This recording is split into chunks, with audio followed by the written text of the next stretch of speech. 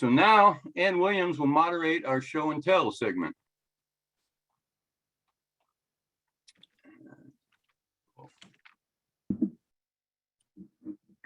Hey Joe, thanks for introducing me. I will now share my screen, and if all goes well, we will see this. Yes, can you see? Yep, you can start it. Sort of? Just sort of? Yes, it's good. Oh, okay. Go ahead.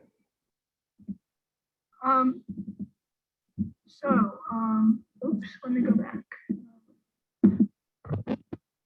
So we have an exciting roster of people participating in show and tell. We'll hear from 11 people today and 10 more tomorrow. We realized that this was a very big, likely to have a very big audience, and wanted people to be able to get to know some of the individuals. So that's why we put the show and tell up front, just so you get a sense of who some people are. You're also encouraged to contact people via chat individually if you wish.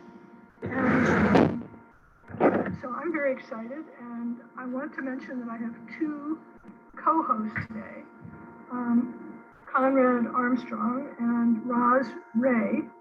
Both of them are members of the 8-person steering committee, and they will be keeping an eye on the chat so that after the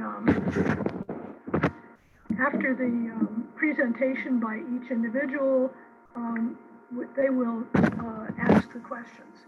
So Conrad and Roz, you should be both unmuted at this point. I'm right here, Ann. Okay, got it.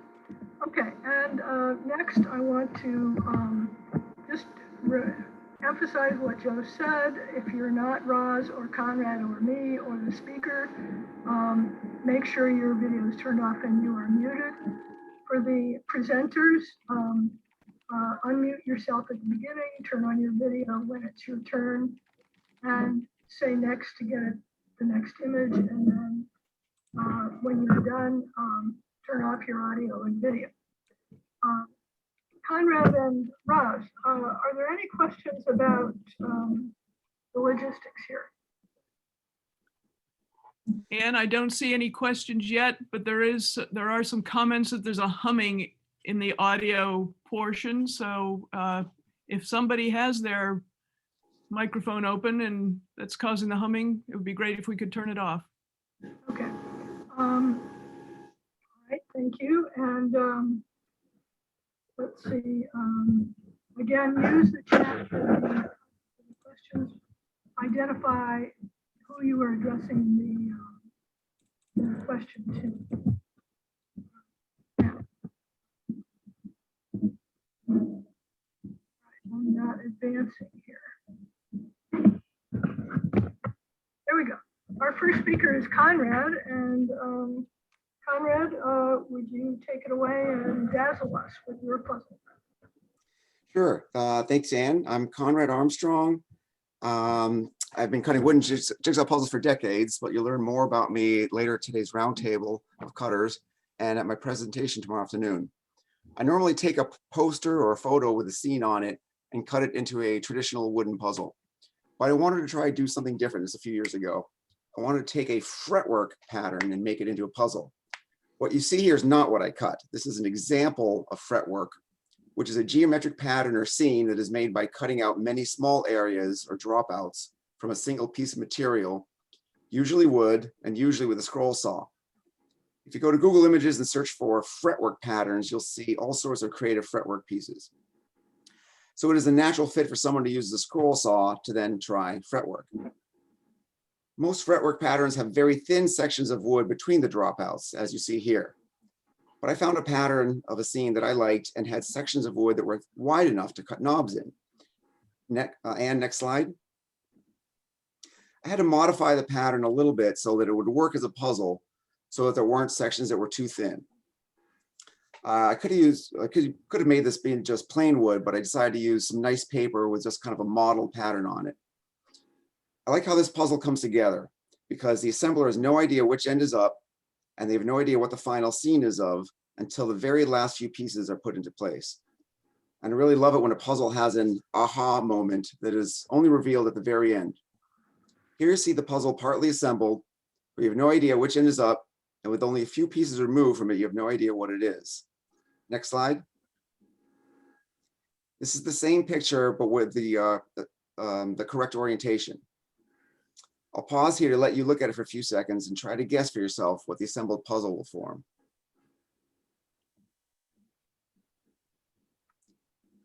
Next slide. And here you have the final scene. I cut this just for my friends and family to enjoy. It's been fun to watch them as they have no idea what the puzzle is of while they're assembling it. And then finally, they see the cat's face at the very end. It's also very difficult to assemble, even for me, and I cut it. I still prefer to cut jigsaw puzzles, but this was a nice experiment that I'm happy with, and maybe I'll do a similar concept in the future. Thank you, Anne. Oh, thank you, Conrad. By the way, I'm a cat lover, hint, hint. Now, Roz, do we have any questions for Conrad? We're not seeing any questions yet, but a lot of cool, awesome, lovely, terrific. Thank you. That's great. Thank you very much, Conrad. Now, I want to move on to Chaz Bridge, who, I'm sorry, I'm moving on to Sid Cincher. Sid, could you please unmute yourself and take it away? Sid has been cutting puzzles for a long time. I'm not sure exactly when, but Sid, are you ready to tell us about your puzzle? Sure, I'm ready now. Go ahead. Okay. Are you able to hear me now? Sound good to me. Yes, we can hear you. Go ahead. Okay. I'm Sid Cincher, and I'm with Puzzle Monk Puzzles. I'd like to talk about this particular puzzle. It is roughly 2 feet by 3 feet and consists of over 1,400 pieces. And it was a special puzzle, as most of mine are. Anne had asked me to speak primarily about figural design and construction, so I'd like to really focus on that for my few minutes. So Anne, if we can get the next slide, I will begin talking about that.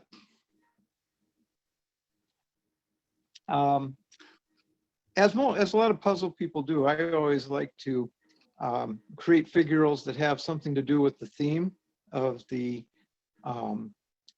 picture in the puzzle, as well as doing the placing the figurals in an appropriate location on the puzzle. So for example, if there's a bird flying, I would put that in the sky, or if there's a boat, I'd put that in the sea, and so on and so on. The way I design my figurals is I usually start with clip art from the internet, and then I download that, and using Photoshop, we'll size it down to puzzle piece size. And from there, I will go ahead and put the cutout of the little figural, the printout, onto painter's tape. Painter's tape is something that painters use to mask off areas they don't want paint to go. And there is a very delicate painter's tape that's used for expensive wallpaper masking. And that works very well for puzzle, so that the tape doesn't damage the print of the puzzle. And putting the figural where I want it on the puzzle that way, then I'm able to just cut along the edges, and I'm able to make some very intricate figurals this way. If you look at some of the ones in the picture, you'll see that some of them are fairly intricate, and they're all basically puzzle piece size, roughly 1 inch by maybe 1.5 inch in size. This particular puzzle had about 40 figurals or so, and I've always enjoyed doing that. If I could get the next slide. I'm sorry, I went back, I went the wrong way. Oh, there we go. Not you, hang on. There we go. Go ahead. Okay, it's not, oh, there we go. I also wanted to spend a minute to talk about puzzle pieces themselves. I think I attempt to make every puzzle piece into a little wooden sculpture. So the puzzle pieces themselves, like the figurals, are pleasing to look at and have a certain amount of aesthetics to it. So every puzzle piece is interesting. Well, at the same time, I try to create as many false edge pieces and false interior pieces, which are actually edge pieces. And the combination of this makes it very difficult for as a puzzle to put together because of the misdirection that's created. I also like to cut through any knobs or earlets that are created in the puzzle pieces, so that if you see an arrow, doesn't mean you'll find an arrow earlet for it to go into. Or if you see a nice empty arrow earlet, you may not actually find the arrow that goes in it, because those may have been obliterated by cutting them in half or so. Good. I'm sorry, So, I'm going to have to anyway. interrupt you because we're running out of time. I was so just I- finishing, so that's good. Oh, okay. All right. So. Okay, well, thank you very much. And I'll turn off the video now and mute myself. No, please keep it on for a minute. Conrad, do we have any questions or comments for Sid? Although I didn't see any, I was about to type one in, so I'll ask. I didn't catch what type of tape you use to temporarily adhere your pattern. Okay, this is called a painter's tape. Oh, okay, like a blue And tape. It's like blue, except I buy the extra delicate. Okay, it runs in Painter. different ranges, doesn't it? Yeah, and Right. if you get the extra delicate, it won't damage the print. Thank All you. right, and I saw one other question, which is how long exactly have you been cutting, Sid? Yes, I've been cutting for about 15 years. When I retired, I took this up. Well, thank you so much. Next, we have Chaz Bridge. Oh, thank you for inviting me. Yeah, Chaz, could you unmute yourself and tell us about this beauty? Yeah, this is Chaz Bridge. So this is approximately a 3-hour puzzle. Can you hear me? Yes? Yes, we hear you Okay. very well. And 3-hour puzzle with a vertical challenge. I glue wood veneer to 1/4-inch medium density fiberboard. I like the MDF because it cuts easily with clean edges, but it's not as strong as plywood, and the veneer does help. The veneer is too fragile to cut directly with a scroll saw, so I add a piece of plain paper with a temporary spray adhesive. So if I'm also cutting paper, why not follow a pattern on the paper? For this puzzle, I started with a pattern on the back of a sheet and a 7-inch square on the front. I made 4 copies and 5 mirror image copies of the pattern. I spray adhere different veneers in each square, and a mirror image page is on top, face up. All other patterns are face down.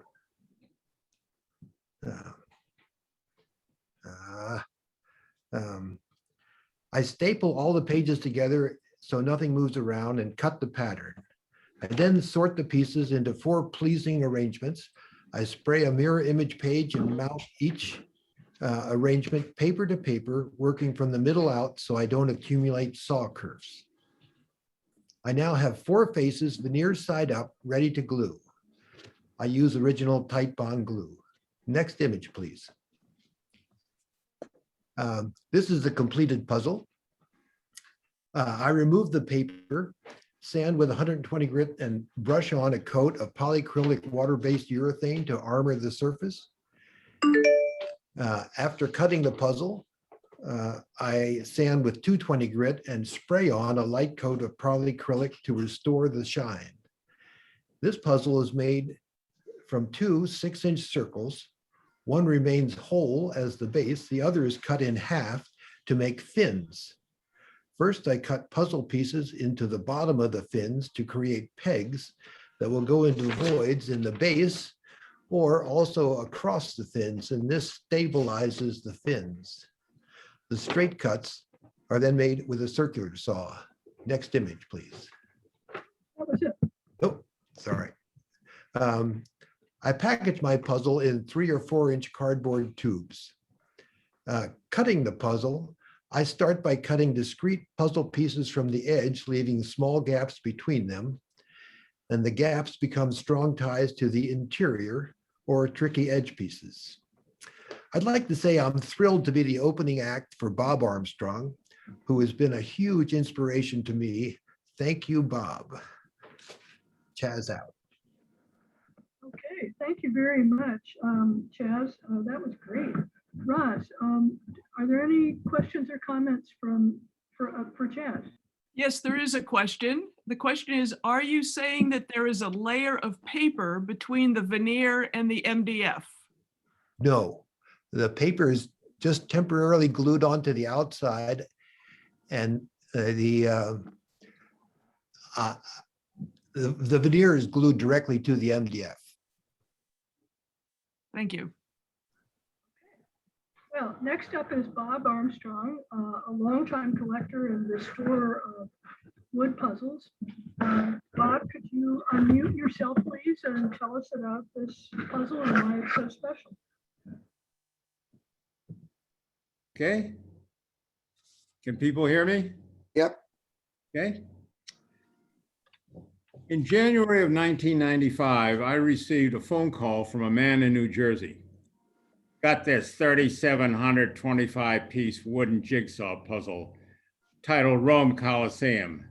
What do you give me for it? Are all the pieces there? I don't know. It's packed in an old laundry box in sections. Pieces have fallen off sections into the box. I don't have a table large enough to lay it out. What do you give me for it? How did you acquire it? We were called to clean out a little old lady's attic. No one had been up there in 50 years. What do you give me for it? Well, it's worth at least $100.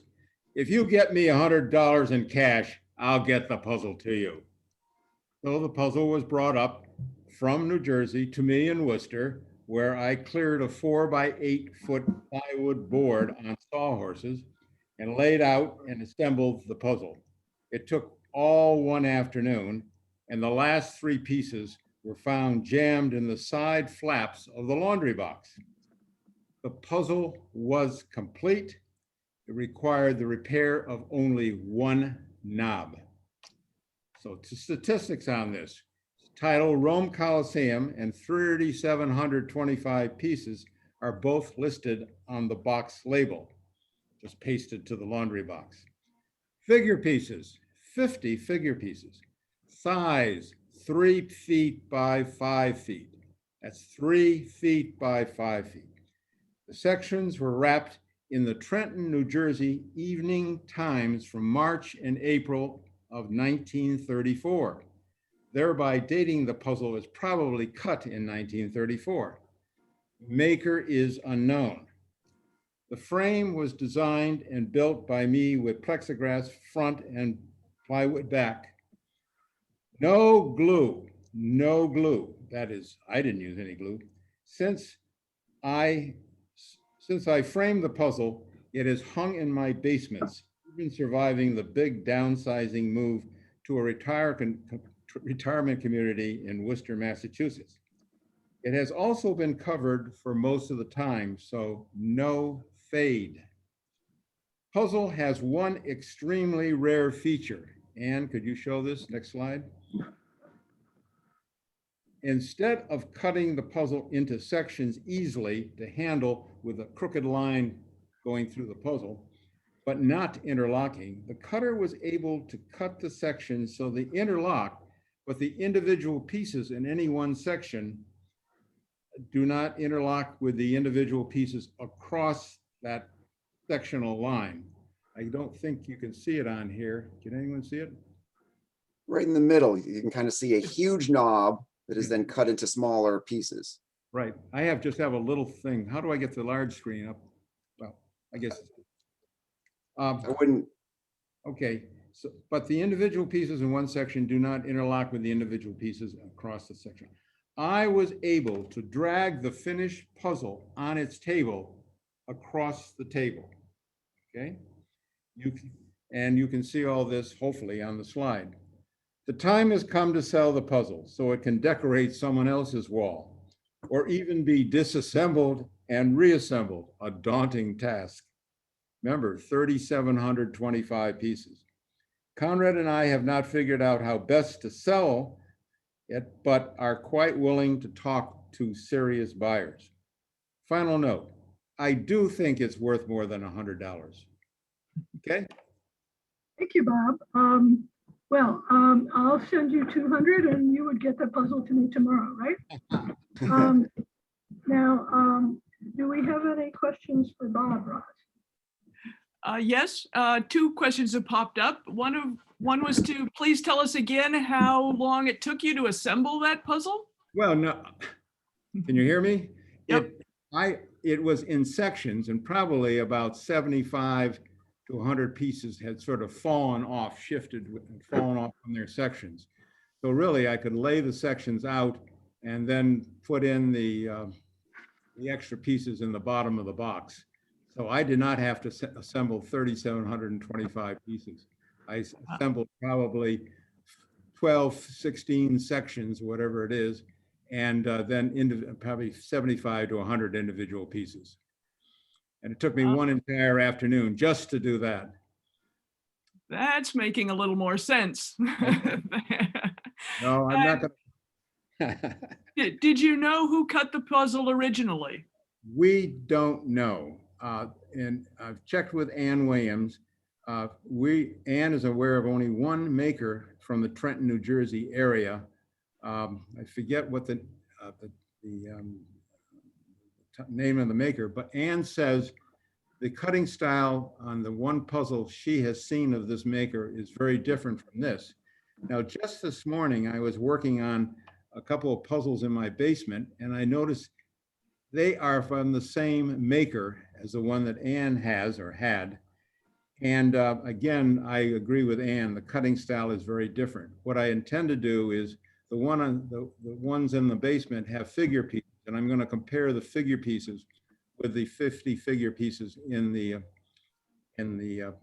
big puzzle and see whether there's any comparison. But right now, we don't have anything. We don't have a comparison. Well, thank you very much, Bob. That is really spectacular. Our next presenter is Donna Clem, but she is on the road today and I don't think she's with us. So Roz has agreed to present her puzzle. Roz, are you all there? I am ready to do it. Yeah. So Donna Clem lives in Overland Park, Kansas. She purchased this puzzle on eBay a couple of years ago, and there was no picture for it. It had the description, Grand Canyon left half. The seller had not worked the puzzle. Next picture, please. Donna's daughter, and she worked it during the pandemic, trying to figure out what left half meant, thinking it was just the view of the left half of the canyon, only to run out of pieces and have what seemed to be a third of the original puzzle and literally just the left half of the Grand Canyon puzzle. Next slide, please. To quote Donna, I can't imagine that is the complete puzzle, and I would love to see what the entire puzzle might have looked like, or if anyone has any ideas why it is like this. I'd love to hear from them. Thanks, everyone. So, Conrad, do we have any sharp-eyed participants who've been able to identify this puzzle?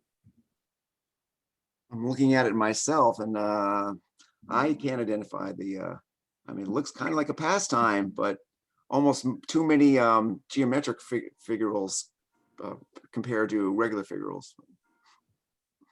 But I do not see any particular questions in the chat. Well, I think since we've gone over a little bit, we can move on and come back, leave this as a puzzle for people to solve.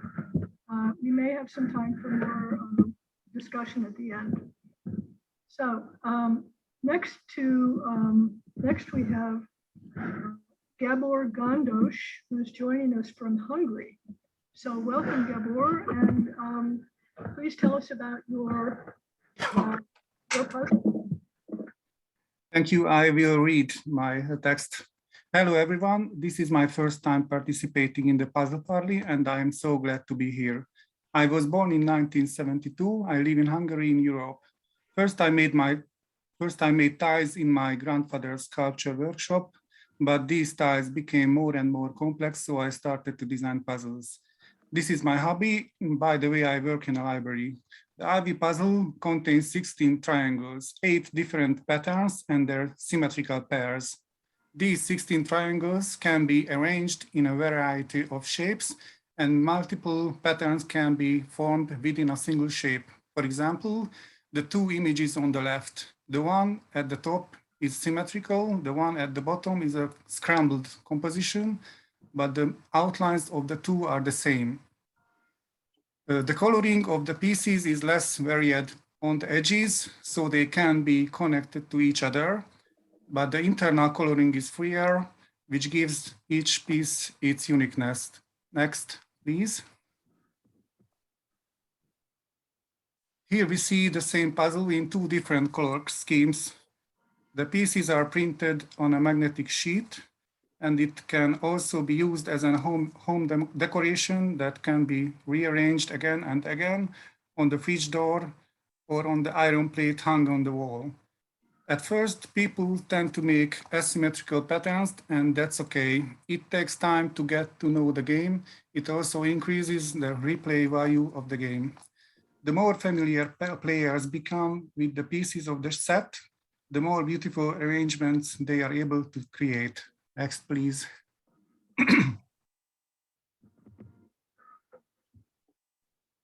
I made my first puzzle in about 2007.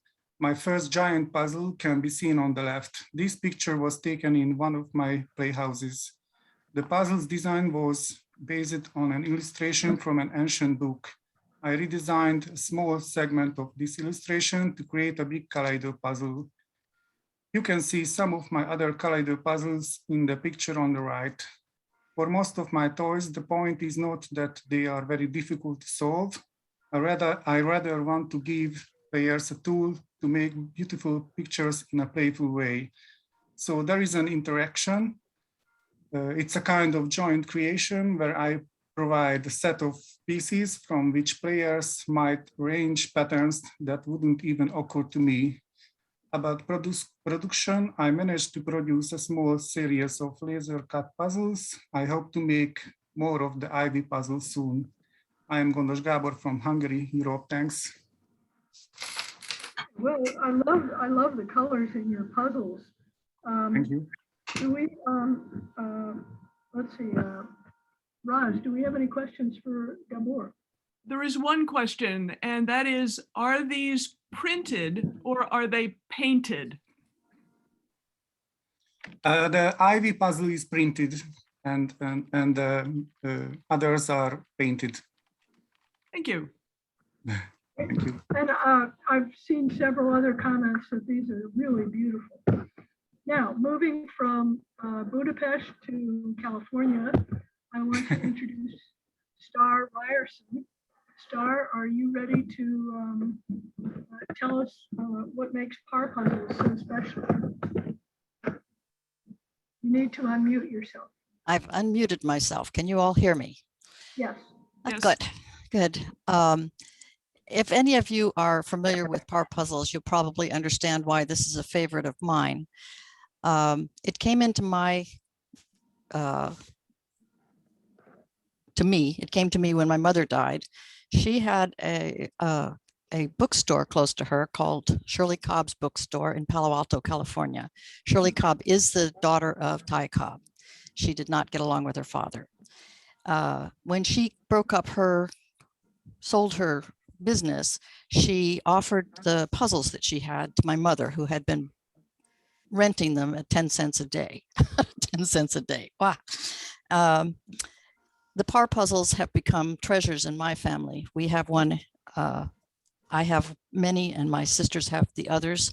The things that appeal to us about them are the fact that they are so well cut, that they have rounded corners instead of square edges, that there are false edges internally in the puzzle. If you'll go to the next slide, please, Anne. Can you go to the next slide? I'm working on it. Oh, okay. They were designed and cut by Frank Ware and John Henriquez. You can see the figures that they've made. The two seahorses are the trademark of Parr, in case you didn't know that. And you see the false edges. So if people are people who think that all straight edges go on the outside of the puzzle, they don't in these puzzles. Apparently Frank Ware and John Enriquez cut the puzzles. Ware was designer of the Whimsies, and Enriquez set the Parr times. And Parr came from the fact that they cut the puzzle, and then whoever did the puzzle did it in a certain amount of time, and so they called that Parr. This was a 3-hour and 45-minute Parr puzzle. I take a couple of days to do them. This is a 500-piece puzzle. And apparently there were 3 people actually involved in the cutting of the puzzles: Frank Ware, John Enriquez, and Anne Gallagher. It's well written up in Anne's book about puzzle history. This is a 90-year-old puzzle. You can see that it's complete. There are a couple of voids. I've noted them on the back side of the puzzle there. But I mean, they're just such a pleasure to touch. They're 5-ply, mahogany backed, beautiful wood. And it's such a pleasure to hold the pieces, touch the pieces. Definitely challenging, false sides, false outsides to the puzzle, false corners, etc. I just enjoy doing the puzzles every time. Now, in my family, it's cheating to have a picture of the puzzle. And I suggested to Anne that we not show the picture since it didn't come with a picture. However, she said, oh, no, got to have the picture. So you see the picture as well. It's just such a pleasure to feel the wood. And another attribute of the puzzle is at the end, you can pull it up, you can hold it vertically, and nothing falls apart because it is truly interlocking. Thank you, Anne. Thank you very much, Star. Now we know why Parr was called the Rolls-Royce of jigsaw puzzles. Conrad, what kind of questions have come up for Star? We have a few. Someone asked, and if you don't know the answer to this, I can answer it, but let you start. When and where was this puzzle made? Sometime in the 30s. I think Anne would know better than I. She knows based on the amount of time that's noted on the label. I would guess after 1945, because of the label is one of the darker, older ones. I mean, darker, newer ones, and it has the end label, which you did not show, actually has their address on it with a New York zone. Right, and they had a shop right in Manhattan. East 53rd Street. That Okay. I believe. Oh, Joe asked, "Is this one signed?" Not by Parr, not by Enriquez, not by Fred Ware. I think just the cutting technique and the sawhorses indicate that it's a Right. par. We have a lot of pars in my family's collection. I'm not aware of any that are actually signed with a signature on them, but Yeah. There are some where in the later era, when they put Yeah. two golds, they would draw two gold seahorses on the image. Well, we're running really short of time, so next I want to go on to some classic puzzles presented by Mark Geis. Mark, are you there and unmuted? Yes, I am. So today I'm going to be talking about one of the favorite puzzles from my collection. This is King Henry VII. Well, this is the title that Pastime gave it. King Henry VII granting the charter to John Cabot and his sons. And it's painted by William Dennis Eden. It was completed about 1910. The puzzle is 790 pieces with 90 figural pieces. So this puzzle, I purchased in 1999, but it is one of the top puzzles in my collection. The puzzle is part of a series of 6 pastime puzzles made from paintings in the Palace of Westminster, known also as the Parliament Building in London. The paintings were originally commissioned for the East Corridor to feature historical events from the Tudor period. It was requested that the color scheme feature black, red, and gold. From looking at several copies of pastime catalogs that I have, this series was featured at least from 1915 to 1930, but they must have continued to offer this puzzle after that time. The box that this came in from, the box lid, there was no date on the inside label, but based on the cover, it's probably from the late 1930s or early 40s. So one of the things I love about pastime puzzles is the color line cutting and figure pieces. This particular puzzle has several elements that I especially like in puzzles. Color line cutting, figure pieces with a people-focused print with bright colors. I'm also interested in history, so I like the theme of the puzzle. I was always interested in getting other puzzles from this series, but the couple times I've seen them come up for sale, they have sold for out of my price range. Next. In October of last year, I was able to purchase a puzzle with another print from the series made by Myanmar. It's an Interlocks brand puzzle. This is a 1,000-piece puzzle, and the title you can see on the screen.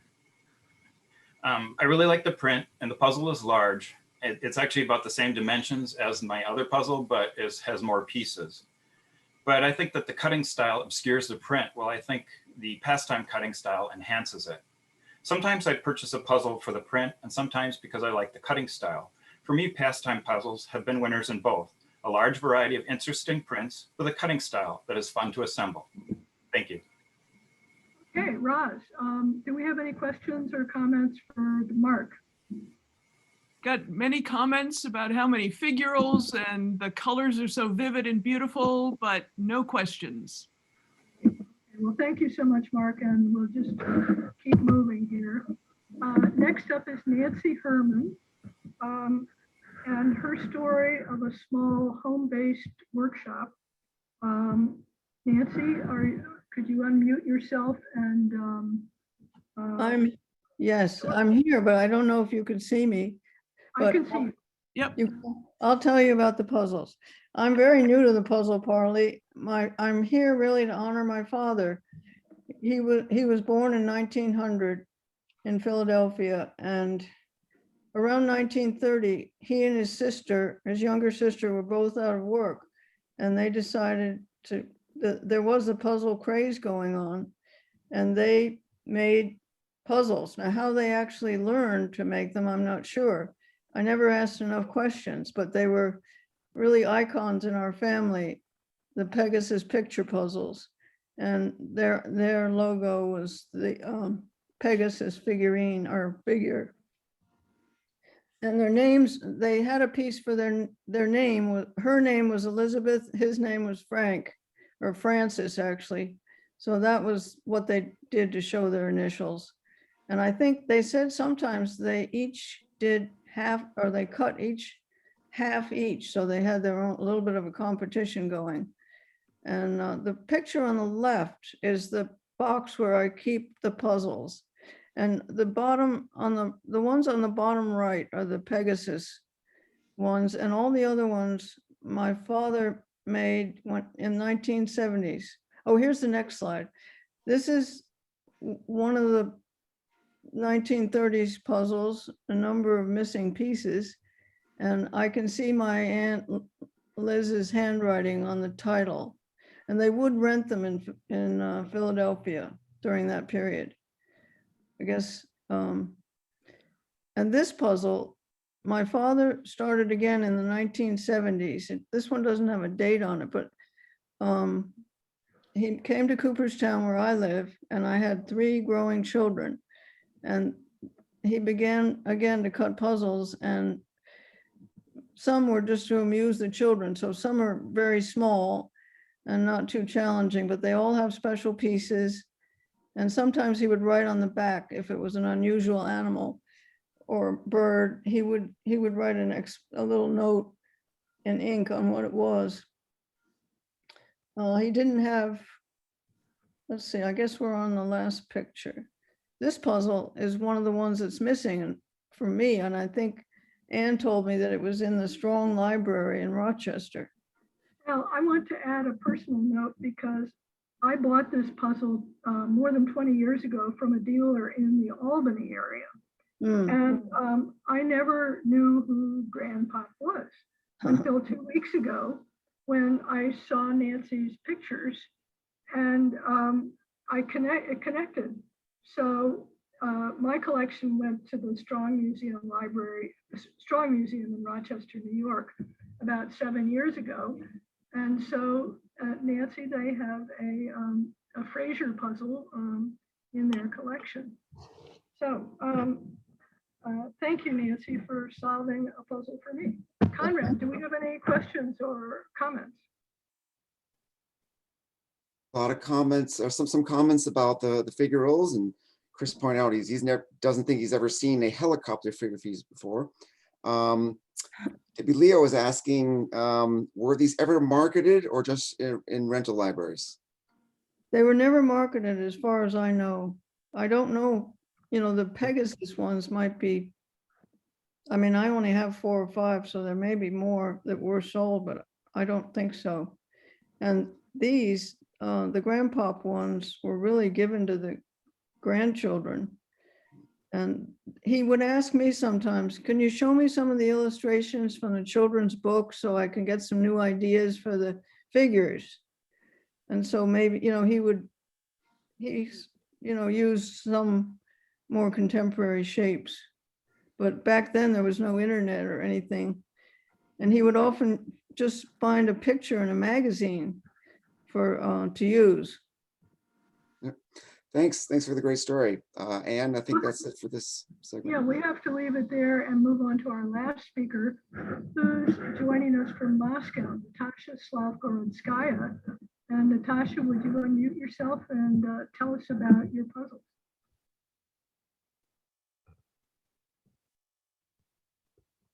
Is Natasha with us? Well, I will say a little bit of what I know. Natasha is the founder of the Puzzle Evangelist site, which many of you have visited. I believe it covers both cardboard puzzles and wooden puzzles. And I asked her to send me some of her favorites. And she sent quite a few. And I asked her to narrow it down a little bit. And she selected the nervous system agate puzzle, which is a laser cut puzzle from 2021. The next puzzle she selected was one by one of her fellow Russians, Alexei Morozov, that was made 2 years ago, and is 191 pieces of backhand. And I just want to point out how much detail there is and how much coloring he has done on his own around the main image. And finally, she sent me a puzzle from another Russian company from Novosibirsk called Yellow Cat, which seems to be selling mostly on Instagram and does a lot of custom cut, laser cut puzzles. So this is also from 2019. And the art is by Banny Chan, but I don't believe it has a title. So that wraps it up. I want to ask just, I think we have about 1 minute left, or 30 seconds.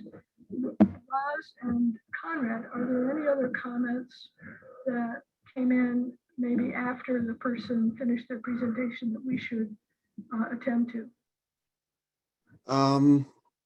Not about this latest segment. Someone wanted to see the Roman Colosseum in full view again, because when Bob was talking, but if you don't have time for that, I don't think we can, 2 o'clock now. So I want to just go to thank everyone. Remind you that our second show and tell will start tomorrow a little bit later at 1:45. And I want to now welcome Deb Dana of the Puzzle Parley Steering Committee, and she will be introducing our next speaker. Deb, take over.